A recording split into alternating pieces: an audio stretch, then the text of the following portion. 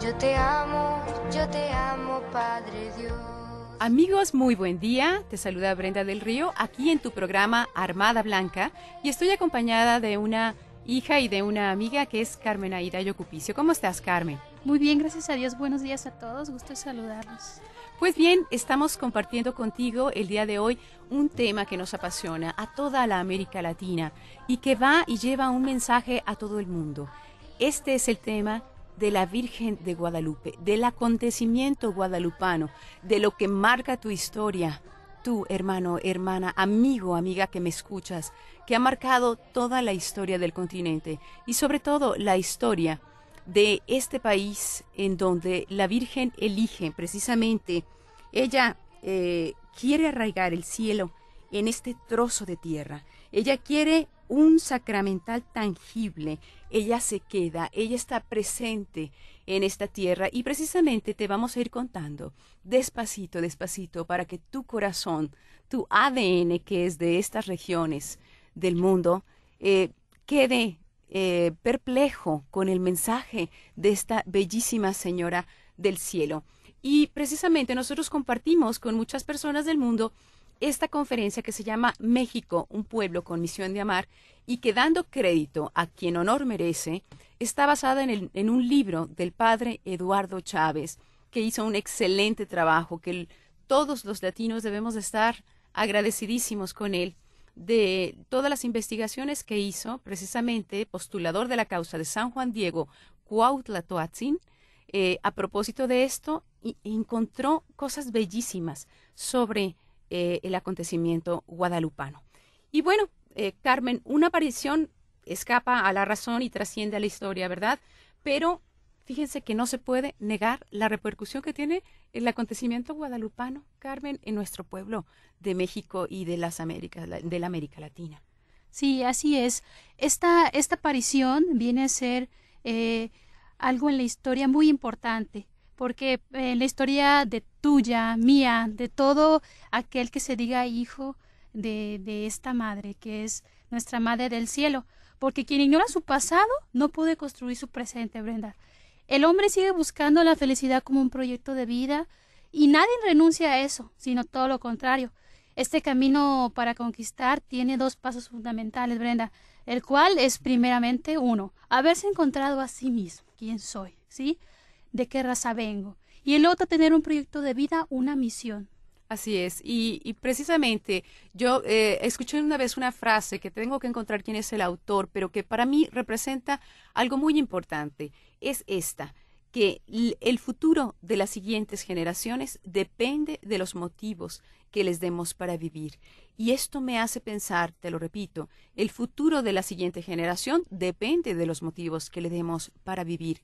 Querido amigo que me escuchas, ahí en tu auto, en tu casa, en tu trabajo, estarás pensando, ¿cuál es mi motivo para vivir? ¿Qué motivo me han contagiado las anteriores generaciones para que yo esté decidido a vivir sintiendo una misión? Y precisamente nosotros tenemos que buscar en nuestra historia para nosotros apuntalar, poner cimientos para salir hacia adelante.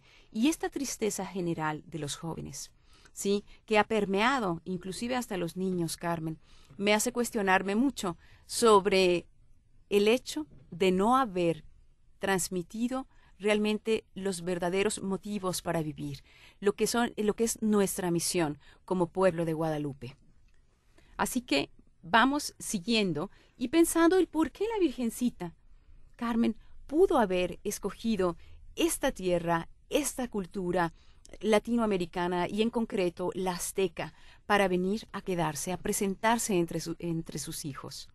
Mira, vemos aquí cómo nuestra Madre, Santa María de Guadalupe, viene a este pueblo buscando con una sensibilidad, una dulzura náhuatl que en Juan Diego encontramos, en San Juan Diego.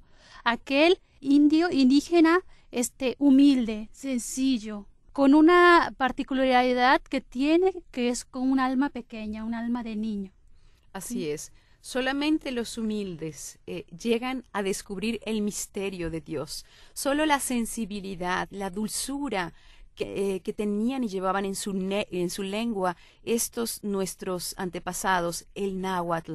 Era lo que los unía a todos estos pueblos. Estaba, bueno, diseminada toda esta cultura más allá de las fronteras actuales de México, pero sin embargo todos hablaban el náhuatl y esto los unía.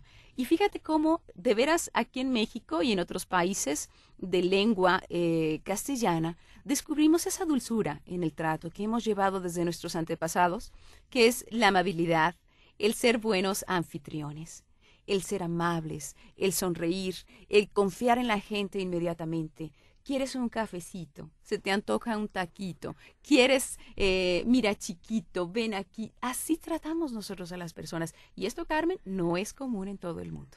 Así es. Se distingue esta nación por un pueblo sencillo, por una raza, como decía Brenda, como su diálogo era de amor, de pequeñez. Y vemos cómo Santa María de Guadalupe pone sus ojos en esta raza, pone sus ojos, pone su corazón, especialmente en Juan Diego, que nos representa a todos nosotros como pueblo mexicano. Así es, y fíjate qué expresiones tan hermosas recopilan los primeros evangelizadores, porque en la tradición y en la historia de los indígenas, ellos esperaban la venida de Moctezuma, ellos esperaban a este que era una divinidad, y precisamente la esperaban por el Golfo de México. Y tienen esto escrito y recopilando sobre cómo reciben a los españoles. Y dice así: en medio de nubes, en medio de nieblas, del interior del agua inmensa, habéis venido. A vos os hace ojos suyos, a vos os hace oídos suyos, a vos os hace labios suyos, el dueño del cerca y del junto. Aquí nosotros vemos en forma humana, hablamos al dador de la vida, al que es noche y viento. Sois su imagen, su representante. Por eso tomamos su aliento, su palabra, del Señor del cerca y de junto, de quien es el mundo, de la tierra es el Señor, el que os envió por razón de nosotros. En verdad habéis venido a traer su libro, su pintura, la palabra celestial, la palabra divina. Imagínense qué dulzura, con qué dulzura reciben a estos extraños. Precisamente aquel pueblo que habían dado muchos años antes, verdaderamente errante. Errante porque todos en el Valle de la Náhuac, Carmen, se habían ya instalado en las tierras más fértiles, en torno al lago de Texcoco, todos habían tomado ya posesión de las tierras, habían empezado a cultivar, pero solamente quedaba un pequeño islote. ¿Y cómo estaba? Descríbenos más o menos, Carmen, cómo era el islote. Pues mira, llegaron ellos, desesperanzados, podemos decir, arrojados de muchos otros lugares, como decías, ya los demás ya se habían ubicado en un lugar fértil, pero llegan muy pobres a una zona llamada el Náhuac. Ellos andaban de aquí para allá buscando dónde quedarse a vivir. Escogieron en 1325 una parte muy pobre, un islote lleno de lodo, donde abundaban las serpientes y donde no crecía más que carrizos, había salitres, alrededor había un lago salado solamente. Pues fíjense nada más, ¿de dónde venimos? ¿De dónde venimos? De esta raza que andaba vagando y llega precisamente al lugar donde nadie había querido estar, donde nadie había querido instalar su civilización, y ellos deciden quedarse allí. Los mexicas precisamente tenían una condición, hermanos, pobre y belicosa, y también sangrienta.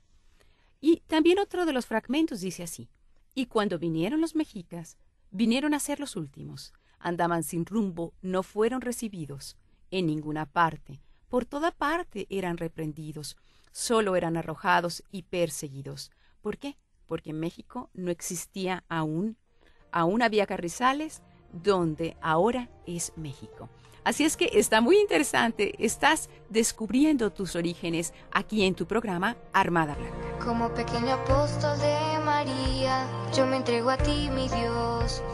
Como un pequeño hijo en tus brazos, yo me doy a ti, Señor.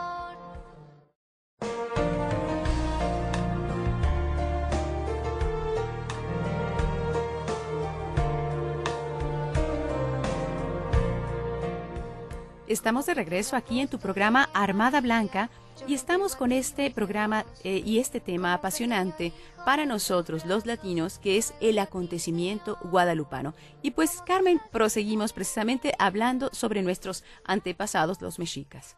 Sí, como decíamos, nuestro pueblo vivía en una pobreza, pero ¿sabes qué, Brenda? Su pobreza e insignificancia no restaba el alarde y su presunción de que ese pueblo, se ubicaba en el mundo entero, en el corazón mismo de su pueblo, que era un pueblo ubicado en el centro del universo, y los demás eran los 4 puntos cardinales. Entonces ellos estaban convencidos de que participaban directamente con todo el cosmos, se sentían partícipes del compromiso de alimentar el cosmos para sostener la tierra.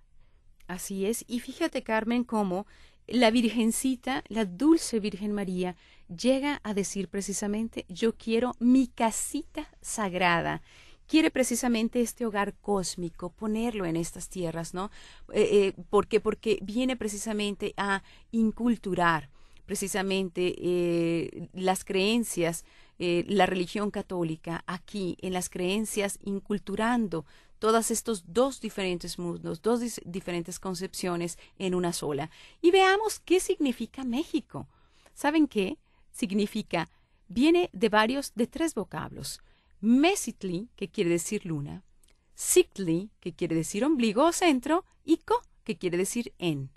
Y esto en total nos da esta frase: en el ombligo o en el centro de la luna. Y precisamente, si tú ves la imagen de Guadalupe, que ya ha ido hasta los últimos rincones de la tierra, encontramos con que la Virgen precisamente está parada en el ombligo de la luna, está parada precisamente en el centro de la luna. Esa luna negra que tú ves tiene ese color negro, precisamente el color de una raíz, y esa luna es México. Pues bien, también tenían otro tipo de concepción y de ideas estos nuestros antepasados, Carmen. Sí, como les decía, ellos, su historia, su misión, estaba basado en que ellos estaban en el centro del universo, como les decía en otro momento.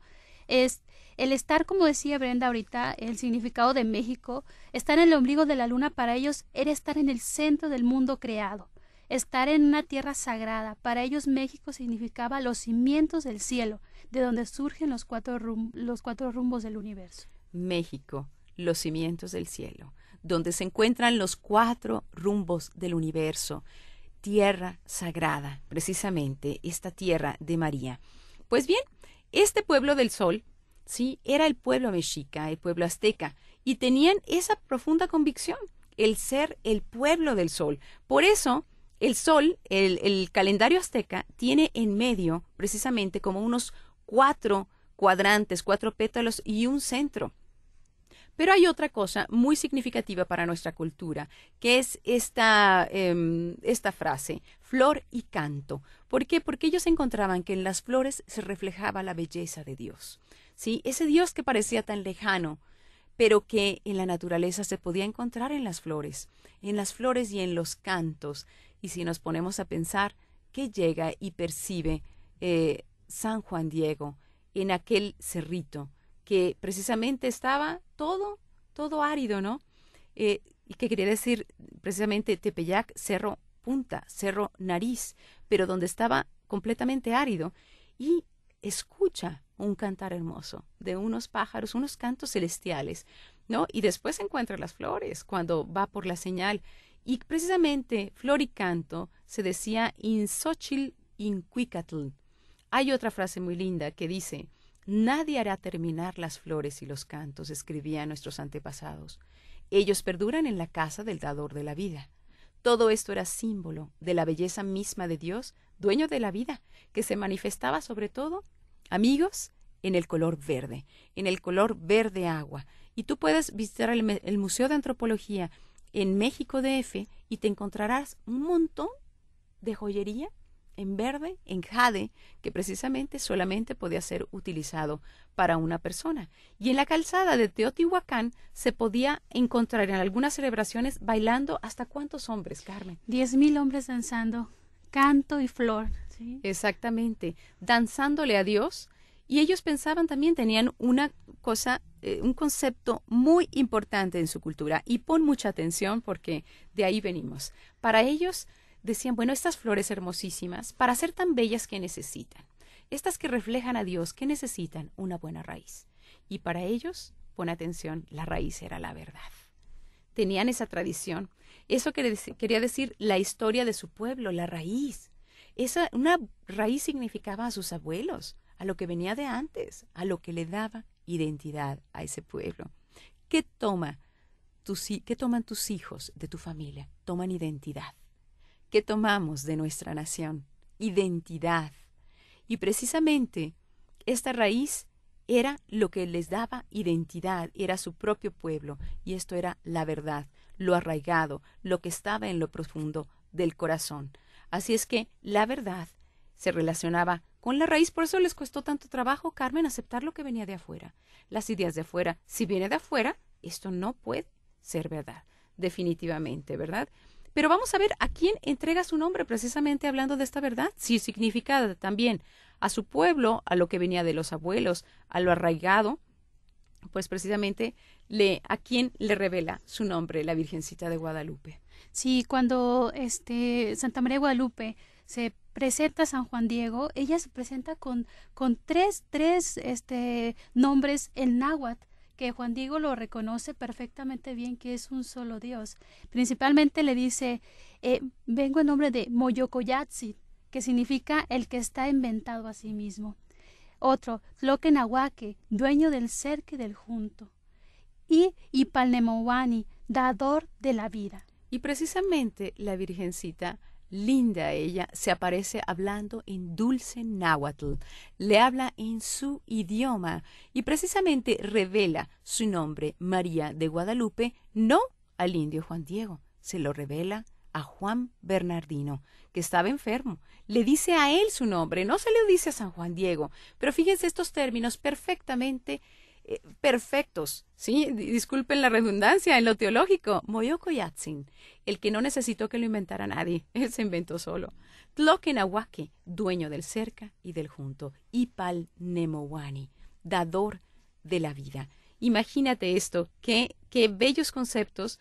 Aquel que estaba realmente, los tlamantín eran los sacerdotes, que estaban precisamente más elevados en su pensamiento, aquellos que eran reconocidos como los teólogos de aquel tiempo, ¿no? Ellos realmente creían que había un solo Dios, solamente esta raza sacerdotal, pero los demás pensaban que había muchas divinidades. ¿Y cuál sería la raíz precisamente del universo? ¿Cuál sería la raíz para ellos? ¿Qué veían que daba? Que concedía que todo creciera en la tierra, un personaje muy importante. Sí, el sol. Así ¿verdad? es. El sol, como ellos tenían la convicción perfecta, ¿sí?, de que el sol alimentaba todo lo creado, ¿sí?, que era aquello lo que le daba vida a lo que ellos sembraban, porque ellos eran unos grandes agricultores. Ellos sabían en qué momento sembrar, cosechar, pero siempre estaba unida a lo que era para ellos el sol, que llegó a ser el dios sol. Así es. Y fíjate cómo nosotros tenemos en todas la cultura de México, tenemos el sol en todas las artesanías como un personaje muy importante. Y te vamos a decir y explicar el por qué. Porque estás conociendo más de tu historia para darle sentido a tu futuro aquí en tu programa Armada Blanca. Como pequeño apóstol de María, yo me entrego a ti, mi Dios.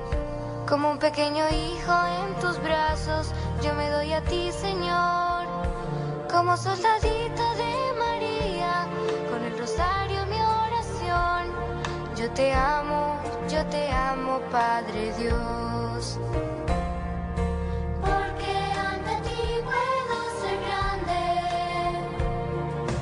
Quiero ofrecerte mi alegría y mi dolor. Eres Padre bueno, mi Señor.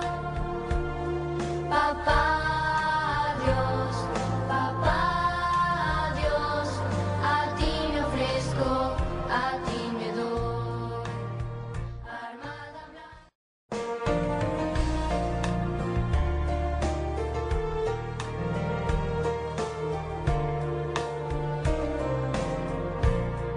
Bien, estamos aquí en tu programa Armada Blanca y estamos hablando sobre este personaje para nosotros tan importante en nuestra cultura azteca, que es el sol. El sol era la raíz, la verdad también, y aquello que sostenía en orden la creación, en orden todo aquello del cual dependía la vida. ¿Cómo habría que alimentar a esta raíz? Pues fíjate que aquí viene, Carmen, la diferencia con otras culturas. Otras culturas también adoraron al sol. Pero ellos, ¿qué hacían? Ofrecían víctimas cebadas, ofrecían cosas diferentes, ofrecían las cosechas, ofrecían animalitos, ofrecían borreguitos, palomitas, de todo. Pero incienso, ¿verdad? Pero he aquí la diferencia con este pueblo. Este pueblo pensó que es lo más maravilloso que hay en la creación. ¿Serán las ballenas? No. ¿Será el mar? No. ¿Serán las montañas? No. ¿Serán las estrellas? No. El ser humano es aquello más perfecto y bello en la creación. Entonces, ¿qué es lo más arraigado de ese ser humano? ¿Qué es lo que vale más de todo ese ser humano? El corazón, Brenda. ¿Cómo vemos y cómo nos podemos maravillar de este pueblo? ¿Qué ejemplo tan grande nos da ahorita para la sociedad, para el mundo entero? De cómo ellos, aún en su propio dolor, aún su propia vida, ellos arrancaban sus corazones de una forma pues cruenta, ¿no? Que cualquier otra persona que lo vaya a ver, que lo escuche o que no conozca esta historia de decir, esos estaban locos, ¿no? ¿Cómo hicieron eso? Pero me maravilla tanto cómo este pueblo, esta nación, tenía un sentido profundo de darle lo mejor. La es una vida, enseñanza. de dar la vida y de dar el corazón y de dar el líquido precioso a esa raíz. ¿Para qué? Para sostener a todas las otras culturas que ni siquiera eran las suyas. Decían ellos, yo tengo la misión de colaborar con que este mundo se salve, este sol no se caiga y todos sigamos viviendo aquí en la creación, ¿no? Y fíjense que el día en que se hace la consagración del Templo Mayor, se tuvieron, sí, 10,000 sacrificios humanos. ¿En honor de quién, Carmen? Coméntales. Sí, ese día, en honor a Huitzilopochtli, se hicieron en el Templo Mayor 10,000 sacrificios. Imagínense, 10,000 almas conscientes de lo que hacían. ¿Por qué? Porque al momento de que ellos eran sacrificados, no fue porque los atraparon nada más así, de una forma en desorden, sino que había todo un momento. Como cuando iban a atrapar, como decir, le decía al que encontraba a quien iba a ser sacrificado, he aquí a mi hijo bien amado. Y él respondía al que iba a ser sacrificado, he aquí a mi padre venerado. Y eso sucedía en las guerras floridas, que eran en aquellas batallas en las que ellos tomaban prisioneros para ser ofrecidos a Dios. Y se sentían honradamente, amigos, obligados a realizar la cosecha de la vida, ¿verdad? Esa era la cosecha de la vida. Y fíjense que cada vez que en la cúspide de la pirámide se hacía el ofrecimiento, se elevaba el corazón sangrante de una víctima y se depositaba en el Cuaxicali, que eran estas piedras en forma de águila o de un animal que tenían que estaban cavadas y que ahí se metían los corazones con el líquido vital. Ellos pensaban precisamente que la catástrofe que estaba amenazando a cada instante el mundo se iba a terminar. Esa era la razón por la cual ellos hacían esto. Y fíjate que este pueblo era completamente arraigado en la divinidad y tenían ellos precisamente un tipo de ritual como el bautismo, Carmen. Sí, esto me encanta poderlo compartir también porque vemos de que ellos desde pequeñitos ya iban llevando la misión implantada en su corazón, ¿verdad? Como al nacer, fíjense lo que pasaba, la partera cortaba el ombligo casi derramando lágrimas, le predecía amenazadoras calamidades y le narraba de atento qué infortunio y labores le estaban reservadas. Lavaba al niño con algunas, le daba algunas hierbitas, ¿sí? Les daba un pequeño manto como tilma, ¿sí? Un pequeño escudo, un arco y 4 flechitas del tamaño de la edad del niño. Algunos de esos niños, los más especiales, eran llamados caballeros águilas. Exacto, ¿sí? Y cuando hacían las guerras floridas, precisamente no iban tras los cobardes, iban tras los guerreros que lanzaban fuertes gritos, que eran bravísimos, ¿sí? Que eran verdaderamente valerosos, querían esos corazones valerosos que fueran ofrecidos a Dios. Y había un rito que parecía la consagración. Sí, al momento que el niño nacía, decían, al sol y la tierra, óptimo Padre de todos y tu tierra madre, también de todos. Ved aquí que os ofrezco este tierno niño, recibirlo ambos. Y puesto que ha nacido para la vida militar, después de que haya dado muestras claras de valor, concédele morir entre las armas. Luego tomaban las cosas que les habían dado y hablaban así al sol. Óptimo sol, recibe estas armas bélicas dedicadas a ti con las cuales te deleitas sobremanera y permite que el niño equipado con ellas gane al final la felicidad celeste. O sea, ellos estaban en una batalla contra la muerte, ofreciendo su propia vida, ¿verdad, Carmen? Así es. No cabe duda que desde que nacían, amigos hasta que morían, estaban totalmente dedicados a la divinidad, especialmente al sol, ¿verdad? Todo esto les daba la fuerza para ser verdaderos guerreros y para que, habiendo llegado con una condición verdaderamente pobre, verdaderamente de andrajosos, se convirtieran en una grandísima civilización. Y te puedo contar que, por ejemplo, en París, en Londres, mientras había 60,000 habitantes aproximadamente, cuando llegan aquí los conquistadores y ven a esta Tenochtitlan hermosa, tenía 250,000 habitantes, con unos canales perfectos, con cosas preciosas, ¿verdad? Una civilización avanzada. ¿Por qué? Porque tenían una misión. Porque era este pueblo maravilloso. Nosotros vemos muchas similitudes precisamente con el acontecimiento de Fátima, porque Fátima explica a Guadalupe, Guadalupe explica a Fátima. La Virgencita, por ejemplo, en Lourdes, llega y ofrece, da a sus hijos. Ella ofrece sanación, hace que brote esta fuente de agua milagrosa.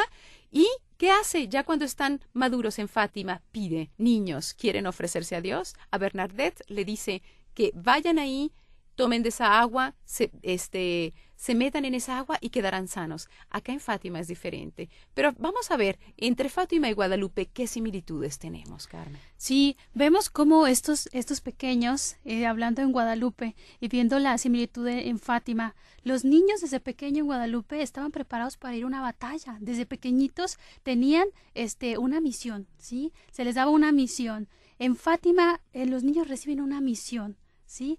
Entonces, también la Virgen les pide si quieren ofrecerle su vida a Dios, que es la consagración. En Guadalupe, los niños desde pequeños están siendo consagrados con una misión también. Y otra cosa que pasa, que los niños, más estos pequeños que eran ofrecidos en épocas difíciles de sequía o en situación extrema, los sacerdotes iban con los papás a decirle, ¿quieres ofrecer a tu hijo? Sí, ya no eran los prisioneros de guerra, ya no eran los guerreros. Lo más precioso que tenían ellos eran sus propios niños. Inclusive hay en la historia por ahí una información que nos dice que la hermanita de Juan Diego Cuauhtlatoatzin, de San Juan Diego, fue sacrificada a los 9 años. Precisamente iban y decían, ¿quieres en esta situación extrema de enfermedad, de sequía, ofrecer a tu niño a Dios? Y ellos, con lágrimas en los ojos, pero con el honor de entregar a sus pequeños, daban en sacrificio a Dios a estos niños. ¿Por qué? Porque consideraban que era mucho más importante la vida de los niños inocentes, mucho más preciosa a sus corazones que aquella de los adultos. Y vemos cómo en Guadalupe, bueno, se ofrecía en este pueblo de Guadalupe la vida a Dios. ¿Y qué viene a decir la Virgencita en Fátima a los niños?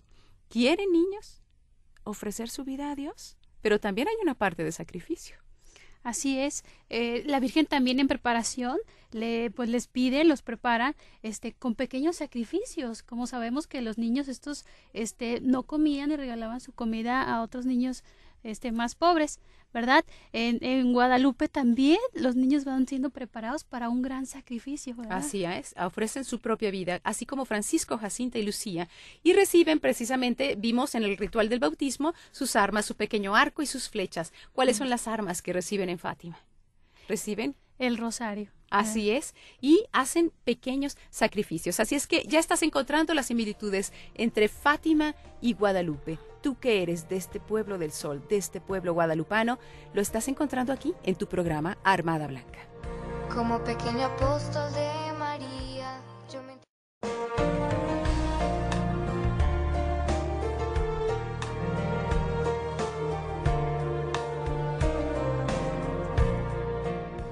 Bueno, ya te estamos haciendo encontrar tu raíz, tu verdad. ¿De qué pueblo vienes? ¿De qué civilización provienes tú? De aquellos que estaban decididos a ofrecer su propio corazón y su propia vida a Dios para que hubiera salvación, para que se postergara la muerte. Así es que tú perteneces a esta raza. Lo llevas profundamente, amigo, amiga, en tu DNA. A lo mejor estás muy lejos de estas tierras latinoamericanas, pero tú vienes de este pueblo, del pueblo del sol, aquel que daba su vida y su corazón a Dios. Y bueno, llegan en un siglo muy especial los españoles, el siglo de Quetzalcóatl, el año de Quetzalcóatl y el día de Quetzalcóatl. Y precisamente desembarcan los españoles ahí en el Golfo de México y se sorprenden de ver estos 250,000 habitantes que tenía la grande Tenochtitlán. Y hablábamos hace poco del color verde agua. Solamente podía ser usado por el emperador Moctezuma. Solamente él, ¿verdad? En ese año de Quetzalcóatl, Moctezuma sabía que en algún momento tenía que regresar él y estaba aterrado, porque él, creyendo firmemente en estas convicciones, estaba decidido y estaba llamado a cederle totalmente su trono, ¿verdad? Entonces llegaron los franciscanos, llegaron los primeros evangelizadores un 13 de mayo, curiosamente, coincide con Fátima, y no curiosamente, bien preparado, ¿no? ¿Quiénes fueron ellos, Carmen? Sí, llegaron franciscanos, diocesanos y dominicos. Así es que la mayor parte de ellos eran franciscanos, pero no eran más de 60 personas. Imagínate para un territorio más grande del que hoy es México. Ellos eran verdaderamente muy tiernos, muy dulces con los indígenas, pero hubo, sobre todo en la primera audiencia, a cargo de Nuño de Guzmán, un gran abuso. Sufrieron muchísimo los indígenas a manos de estos hombres de la primera audiencia, tanto que estuvieron totalmente en contra, sí, encontradas las voluntades tanto del obispo Fray Juan de Zumárraga como de Nuño de Guzmán. Entonces, el pueblo empezó a sufrir muchísimo, pero hubo la más dolorosa crisis. ¿Por qué? ¿Qué se añadió a todo esto? Carmen, coméntanos. Sí, el pueblo, aquel pueblo fortalecido por su misión, por su trabajo, el momento que llegan los españoles, viene un negro que viene contagiado de viruela. No había ese tipo de enfermedades, ni tampoco el mismo cuerpo no tenía esas defensas para enfrentar una enfermedad así. Entonces, muchísimos mueren de viruela. ¿Acaso que decían que a veces familias completas morían? Nos contaba el padre Eduardo Chávez en una plática que nos dio sobre esto, que dejaban a veces caer las casas sobre las familias y quemaban esa casa completa por la infección de la viruela. Otra cosa que también pasó que es quemado el templo, ¿sí? Su templo, el templo mayor, y sí, para ellos... y la parte de más arriba, que era el Gran Q, se quema inexplicablemente. Hubo muchas señales para ellos de que este quinto sol se iba a caer, a pesar de todos los sacrificios humanos que estaban haciendo y que ellos habían logrado sostenerlo allí con los sacrificios humanos, esta gran raíz que estaba alimentada de estos corazones humanos, pero después sucede que cae Tenochtitlan, la gran Tenochtitlan, la bellísima Tenochtitlan, esplendorosa, cae a manos de los españoles con un gran sufrimiento indígena, el mal testimonio también de los indígenas, y suceden en ese tiempo terremotos. Pasa también un cometa, el cometa Halley, y luego hay un eclipse de sol, que era una mala señal. ¿Por qué? Porque al sol lo estaba opacando algo. ¿Qué estaba pasando? ¿Se estaba muriendo este quinto sol? Moctezuma, además, amigos, soñaba cosas extrañas. Entonces había mucha depresión indígena. ¿Por qué? Porque en el momento en que cae Tenochtitlan y no se pueden seguir haciendo los sacrificios humanos y ven que este sol no se muere, que este sol no se cae, que todo sigue en orden, dicen, ¿y cuál es entonces nuestra misión? ¿Que acaso nuestros dioses han muerto? ¿Que acaso nos han engañado? No sirvió de nada haber sacrificado a nuestros propios niños. Era un engaño el que estábamos viviendo. Entonces ellos caen en una cosa muy importante que ha marcado la historia de este pueblo. Sí, caen en la embriaguez, Brenda. Va marcando la historia de su misma nación, su misma situación en ese momento. Esa embriaguez que decían que unos a otros se golpeaban, ya no había esa unión, ¿verdad? Porque estaban en un caos que su misión había desaparecido, ¿sí? Estaba perdido. ¿Ellos qué los sostenía y qué los hizo llegar a ser un gran pueblo? Bueno, que ellos tenían una misión en este cosmos, sostener precisamente y colaborar con que este cosmos estuviera todo en orden, ¿verdad? Contaban los evangelizadores que era triste ver a los que eran muy amigos, que después de tal hora empezaban a estar embriagados, y en esta embriaguez se podían llegar hasta matar, lo que a veces estamos viendo, ¿verdad? Pero hay algo hermosísimo que quiero que tú guardes en tu corazón. El por qué María, el por qué Dios Padre, a través de su amadísima María, escoge este pueblo en donde la Virgen está parada. ¿Por qué este pueblo fue donde ella vino para quedarse? Y así escribe San Julián de Garcés sobre los niños indígenas. Parece que les es natural la modestia y la compostura. Si se les manda sentar, y si estar de pie, se están. Si arrodillar, se arrodillan. Nada contradice, ni chista, ni se queja. Así es. Y antes de eso, decía Motolinía, estos indios, o sea, ya de los adultos, de los chiquitos, no tienen cuasi estorbo que les haga ganar el cielo, porque su vida se contenta con tan poco. No se desvelan en adquirir, ni guardar riquezas, ni se matan por alcanzar estados ni dignidades. Son pacientes, sufridos sobremanera, mansos como ovejas. Nunca me acuerdo de haber visto guardar injuria. Humildes, a todos obedientes, ya de necesidad, ya de voluntad. No saben sino servir y trabajar. Su pobreza ganaba a todos los que en España se pudieran orgullecer por su humildad. Imagínense qué raza, qué personas, qué dulzura su idioma. Si tú sabes cómo le decían a sus hijos, sí, mi plumaje de quetzal, mi figura, lo que me representa a mí. Les hablaban con una ternura. ¿Qué diferencia, Carmen, a cómo nos hemos contaminado este espíritu indígena en estos 500 años? No nos desvelábamos en adquirir. Ahora, sé el primero, sé el número uno. No querían alcanzar dignidades, no les importaba. Esto es totalmente contrario, mansos como ovejas los mexicanos, Carmen. Me hace recordar dos palabras muy hermosas que el padre Eduardo Chávez nos decía, cómo se dirigían a los niños con tanto amor. Por ejemplo, a las niñas les decían mi palomita, y a los niños, a los hombres les decía mi socoyotito, ¿sí? Con una dulzura, con una ternura. Yo creo que esto nos llama mucho a cómo el trato con nuestros niños, ¿verdad? ¿Cuáles son nuestras palabras? Que nuestros indígenas eran con tanto amor, que estos niños llevaban una misión de amor, ¿verdad? Yo creo que es un llamado para todos los papás. ¿A qué forma nos dirigimos a estos pequeños? Y este llamado es para ti, amigo, amiga, latino que estás en cualquier territorio de esta América, en Europa, en cualquier territorio del mundo. Volver a esas características de los indígenas, la humildad, el ser manso como oveja. Si nos hemos ya contagiado y nos la pasamos alardeando, buscando posiciones, buscando dinero, buscando tantas cosas que son vanas y que acaban, qué hermoso volver a ser así. No guardar injuria, ser humildes y obedientes, ya de necesidad, ya de voluntad. Así es que volvamos a estas condiciones para que la Virgen haga entre nosotros, pueblo de América, verdaderamente su casita sagrada. Aquí está la Virgen parada en México.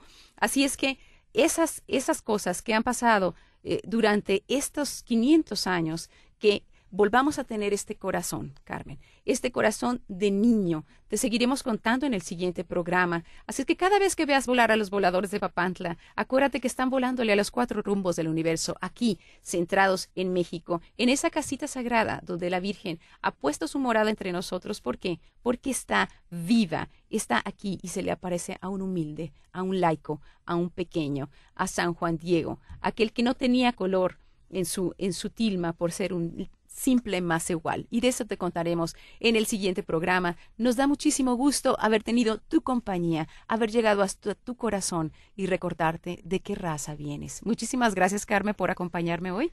No, con mucho gusto, y me despido con esta frase, como decía a los niños, que Dios te haga como San Juan Diego. Así es, que Dios nos haga como San Juan Diego a todos. Este fue tu programa Armada Blanca. Como pequeño apóstol de María, yo me entrego a ti, mi Dios. Como un pequeño hijo en tus brazos, yo me doy a ti, Señor.